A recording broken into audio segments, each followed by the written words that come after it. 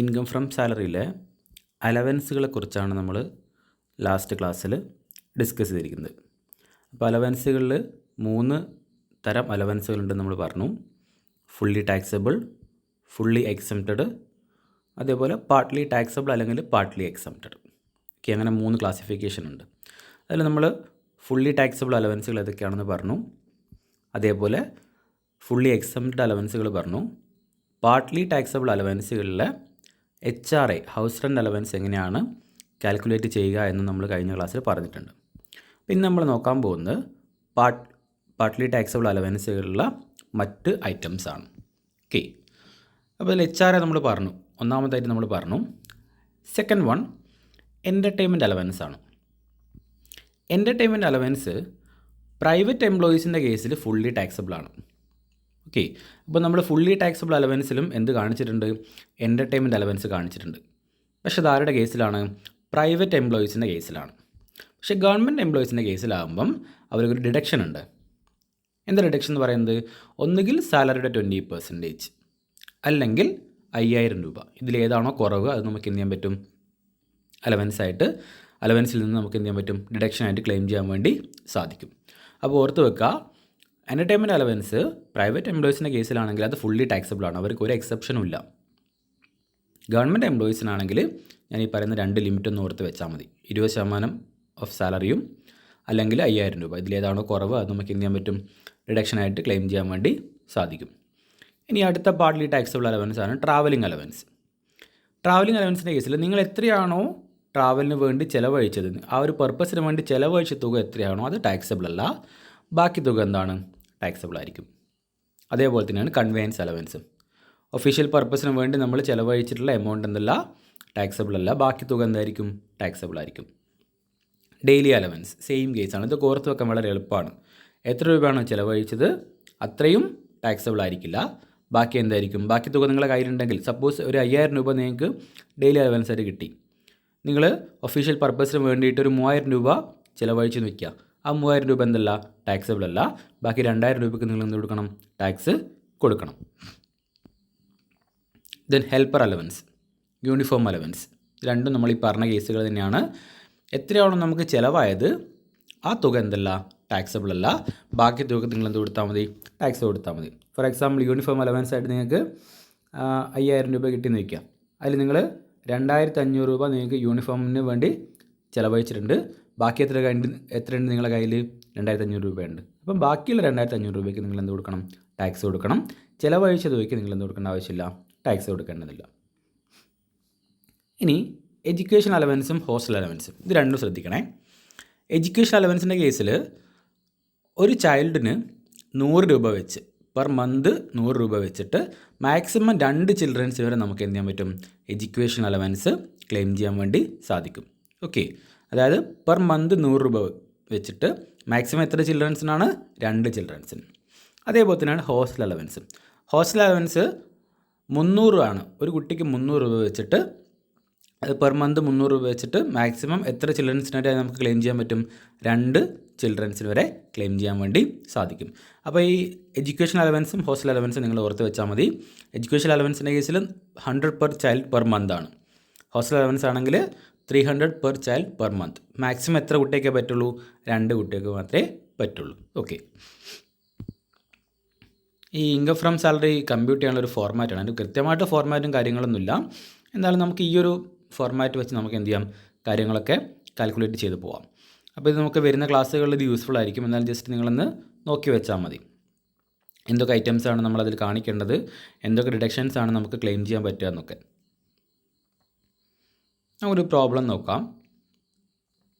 Income from salary calculate ചെയ്യാൻ വേണ്ടി ചോദിച്ചിരിക്കുന്നത്. സാലറി തന്നിട്ടുണ്ട്. എത്രയാണ്?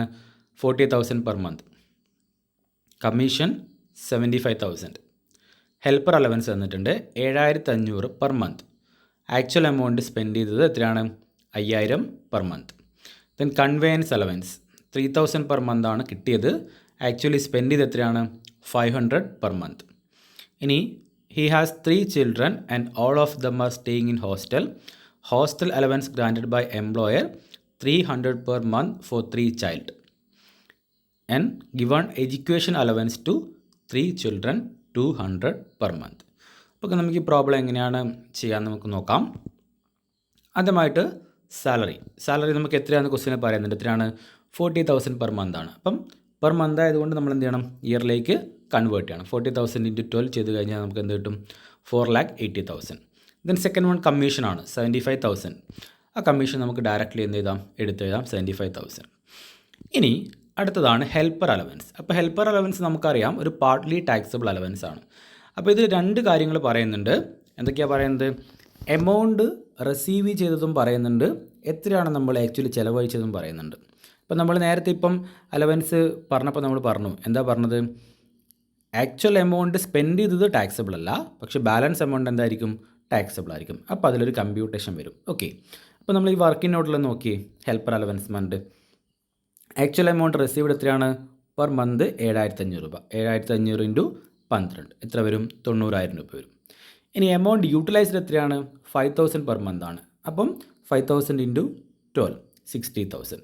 അപ്പം എമൗണ്ട് റിസീവ്ഡിൽ നിന്ന് 90,000 നിന്ന് നമുക്ക് എന്ത് മൈനസ് ചെയ്യണം? Amount utilised. ഓക്കെ, അപ്പം 90,000 മൈനസ് 60,000 ബാക്കി എത്ര വരുന്നത്? 30,000 രൂപ. ആ 30,000 രൂപയ്ക്കാണ് നമ്മൾ എന്ത് കൊടുക്കേണ്ടത്? ടാക്സ് കൊടുക്കേണ്ടത്. ഓക്കെ, ക്ലിയർ ആണല്ലോ. അപ്പോൾ നമ്മൾ എത്ര രൂപയാണോ നമ്മൾ ആ പർപ്പസിന് വേണ്ടി ചിലവഴിച്ചത് അത് ടാക്സബിൾ അല്ല. ഇവിടെ 60,000 രൂപയാണ് നമ്മൾ ആ പർപ്പസിന് വേണ്ടി ചിലവഴിച്ചത്. അതുകൊണ്ട് കിട്ടിയ തുകയായ 90,000 രൂപയിൽ നിന്ന് നമ്മൾ എന്ത് മൈനസ് ചെയ്യണം? ഈ 60,000 രൂപ മൈനസ് ചെയ്യണം. ഇനി അടുത്തത് കൺവേയൻസ് അലവൻസ്. ഓക്കെ, ക്വസ്റ്റ്യനിൽ കൃത്യമായിട്ട് പറയുന്നുണ്ടല്ലോ എത്ര രൂപ കിട്ടി, എത്ര ചിലവഴിച്ചു എന്നുള്ളത്. എത്രയാണ് കിട്ടിയത്? പെർ മന്ത് 3,000 രൂപ കിട്ടി. എത്ര നമ്മൾ ചിലവഴിച്ചത്? പെർ മന്ത് 2,500 രൂപ.